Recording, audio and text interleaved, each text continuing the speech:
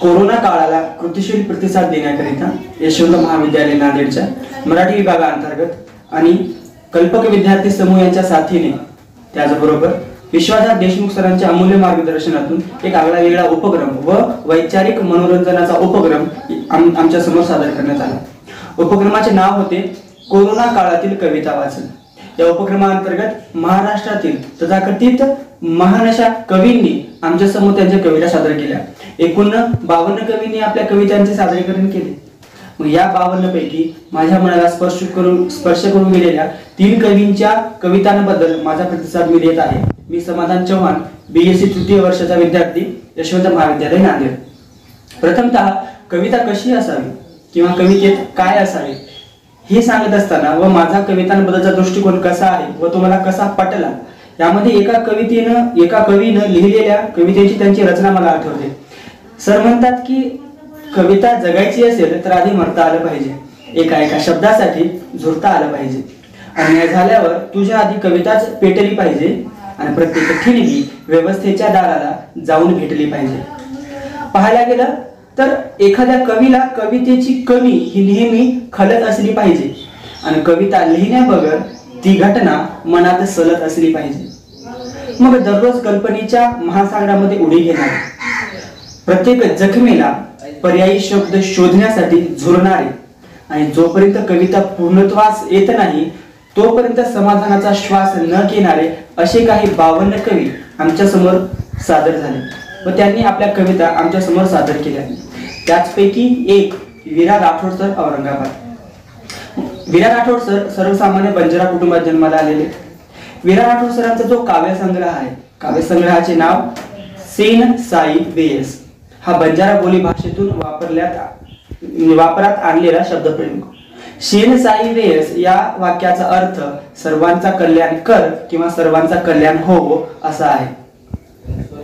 बंजारा भाषेमध्ये ज्या आरती गायले जातात, त्या बोली भाषेमध्ये ज्या प्रार्थना म्हणल्या जातात, ज्या गजर किंवा अरदास असो, मग त्याचबरोबर गणेश उत्सव असो किंवा नवरात्री असो, यामध्ये ईश्वरांना ज्या प्रार्थना केल्या जातात त्या प्रार्थनांचा शेवट हा सेन साई वेयस या शब्दप्रयोगाने होतो। मग असा शब्दप्रयोग वापरण्याचं कारण हे की ईश्वराला चांगल्या प्रसंगामध्ये प्रार्थना केली जाते की हे ईश्वरा सर्वांचा कल्याण कर किंवा हे ईश्वरा असं काहीतरी कर जेणेकरून की सर्वांचा कल्याण हो। हा एक श्रद्धेय नाव सरांनी आपल्या काव्य संग्रहाला दिलेला आहे। मग सरांची जी कविता लिहिण्याची पद्धत आहे ती पद्धत ही केवळ कल्पनेच्या आधारावर नसून जीवनाचा शोध घेत असताना केलेल्या त्यांच्या कविता आहेत। मग अशाच एका जीवन प्रवासाच्या शोधामध्ये त्यांची पहिली कविता ती दखमा। खरं तर दखमा हा शीर्षक कवितेचा आहे आणि दखमा या शब्दाचा अर्थ की पारशी समुदायामध्ये ज्या ठिकाणी अंत्यसंस्कार करण्याचा विधी पार पाडला जातो त्या जागेला दखमा म्हणतात। मग सरांची जी पहिली कविता आहे दखमा, या कवितेमध्ये सरांनी स्त्री पुरुष नात्याचा शोध घेत असताना ही कविता केलेली आहे आणि कवितेला शीर्षक दखमा देत असताना सरांना कदाचित अशी कल्पना आली असेल की स्त्री जीवन आणि दखमा यात फार काही अंतर उरलेलं नाही, म्हणजे आजची वास्तविक स्त्रीची कहाणी ते आपल्या दखम्या या कवितेमधून मांडतात। सरांनी आपल्या कवितेमध्ये खूप छान अशी रचना केलेली आहे आणि सर म्हणतात की उपसत राहतो रोज तुला, मी उपसत राहतो रोज तुला वारशात मिळालेली खानदानी मालमत्ता समजून,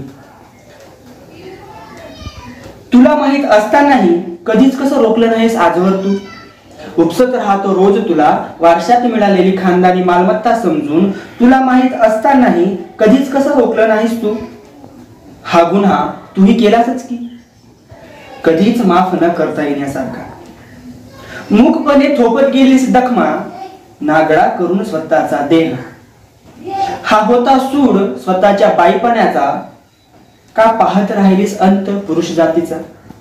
सरांची ही जी शेवटची ओळ होती की पाहत होतीस अंत पुरुष जातीचा, यावरून असं लक्षात येते की सरांनी म्हटल्याप्रमाणे की पुरुषाचा पुरुषार्थ हा केवळ वासनेची तृप्ती नसून आजचा स्त्री जीवन जो की उंबरठ्याच्या मागे 4 भिंतीच्या आत कोंबून गेलेले जो स्त्री जीवन आहे त्या स्त्री जीवनाला खुला आभाळ उपलब्ध करून देण्यामध्ये पुरुषाचा खरा पुरुषार्थ आहे। त्याच्यानंतर दुसरी सरांची कविता, ती सुद्धा स्त्री पुरुष नात्यातीलच शोध घेत असताना केलेली रचना आहे. त्यामध्ये कवितेचं शीर्षक आहे की तुझी ही कला कधी शिकवणार आहेस मला.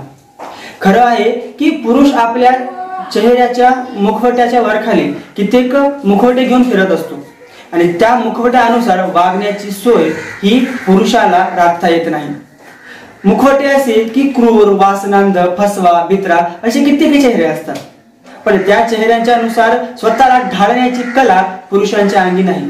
त्याच उलट जर आपण स्त्रीकडे लक्ष दिले तर स्त्रीला जेव्हा राग येतो तर ती 2-4 भांडी आपटून मोकळी होऊ शकते, आपला राग व्यक्त करू शकते, व जर तिला दुःख झाला असेल तर ढसाढसा रडून पण मोकळी होते. मात्र पुरुषाच्या अंगी अशी कोणतीच कला नाही आणि हीच कला पुरुष व कवी आपल्या अर्धांगिनीला सांगतात की तुझी ही कला कधी शिकवणार आहेस मला.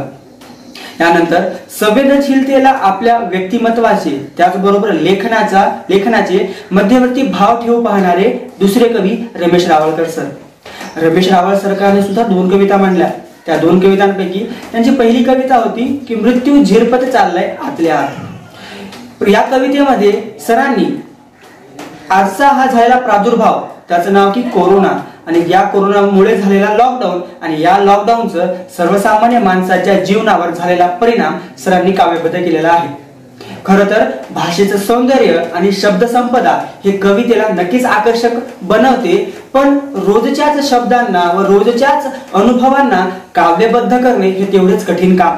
मात्र सरांच्या कवितेमध्ये जी रचना होती ती रचना पाहत असताना हा कठीणपणा कुठेच जाणवला नाही आणि हेच एका संवेदनशील कवीचे वैशिष्ट्य असते. सरांची दुसरी कविता होती की तिथल्या बकिटा खोळंबल्यात. सरांनी या कवितेमध्ये एका भाजीपाला विक्रेत्याला लाभलेला व त्याच्या मार्गाला आलेला लॉकडाऊन, मग या लॉकडाऊनचा एका भाजीपाला विक्रेत्याचा अनुभव कसा आहे ते अनुभव मांडत असताना सर म्हणतात की डोक्यावर कंगवा फिरवून मी आरशातून बाहेर पडतोय, बायको सारखी मागे लागली, भाजी गाडी जाऊ द्या पटकन म्हणत. शहराने झोप विकली आहे, किंमत आणखी कळली नाही, आभाळ तोलून धरलेल्या अपार्टमेंट खाली भाजी गाडी घेऊन उभा आहे मी. गाडीवर एकही गिराईक नाही, फक्त खिडकी गॅलरीतून प्लास्टिक बकेट सरसर करत येऊ लागल्यात खाली. मग या कवितेमध्ये आपल्याला असं निदर्शनात येते की व्यवहार हा पूर्णतः संवादावर आधारित असतो आणि संवादाविना दिवस हा उपाशी तो पोट असं म्हणायला पण वावगं ठरणार नाही. मग पूर्णतः संवादावर अवलंबून असलेला हा माणूस जेव्हा संवादहीन होतो व तो आपला चेहरा लपवण्यासाठी मास्कचा आधार घेतो, मग यावरून कुठेतरी सरांनी हा जो वास्तव मांडलेला आहे हा वास्तव पाहता सरांची रचना अप्रतिम आहे असे जाणवते. एवढेच नव्हे तर त्यानंतर तिसरे कवी विनायक पवार सर. विनायक पवार सरांच्या कित्येक गाणी आपल्या ओठांवरून गेलेली आहेत. मराठी चित्रपट सृष्टीमधील कित्येक गाण्यांची रचना त्यांनी केलेली आहे. विनायक पवार सरांची पहिली कविता, कवितेचं नाव होतं नजरेचा डाव. नजरेचा डाव ही या कवितेला लाभलेली चाल ही त्या कवितेला पुन्हा रसाळ बनवते व आकर्षक बनवते. या कवितेमध्ये सरांनी एक प्रियकर आपल्या प्रियसीला आपली अर्धांगिनी बनवण्याची जी इच्छा व्यक्त करतो त्या इच्छेची मांडणी केलेली आहे आणि सरांनी या कवितेला जी चाल दिलेली आहे ती या कवितेला अत्यंत आकर्षक बनवते. आणि महत्वाचं आणि आजच्या वास्तवाशी निगडीत असणारं सत्य सरांनी आपल्या दुसऱ्या कवितेमध्ये मांडलेलं आहे. दुसऱ्या कवितेचं नाव शोध. सरांनी शोध या कवितेमध्ये आजच्या जगामध्ये जातीच्या नावावर, धर्माच्या नावावर जी दंगली घडवून येतात आणि या दंगलीमध्ये माणसांचा कसा वापर होतो एकमेकांना मारण्यासाठी त्याचे चित्रण केलेले आहे. सरांनी खूप छान रचना केलेली आहे. सर म्हणतात की एखाद्या रहदारीच्या रस्त्यावर व मोक्याच्या ठिकाणी एखादा दर्गा, मंदिर किंवा विहार बांधा. धक्का लागला म्हणून करता येईल तणाव निर्माण, भरत आलेल्या जखमांवर चोळता येईल मिठाचा खडा. एवढेच नव्हे तर सर शेवटी म्हणतात की अरे सर्च करा, शोध लावा, शोधा. सर्च करा, शोध लावा, शोधा. परग्रहावर माणसे आहेत का? पुढच्या दंगलीला मारता येते. सरांची शेवटची कविता खरं तर या वास्तवाला पूर्णत्वास आणते.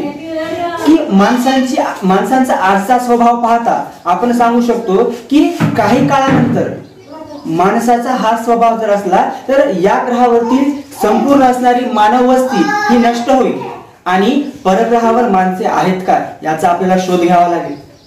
मग या तिन्ही कवींनी आपल्या कवितांचं जे सादरीकरण केलं आमच्या उपक्रमामध्ये त्याबद्दल त्यांचे मनस्वी आभार आणि संपूर्ण 52 कवींना सुद्धा मी आभार मानतो.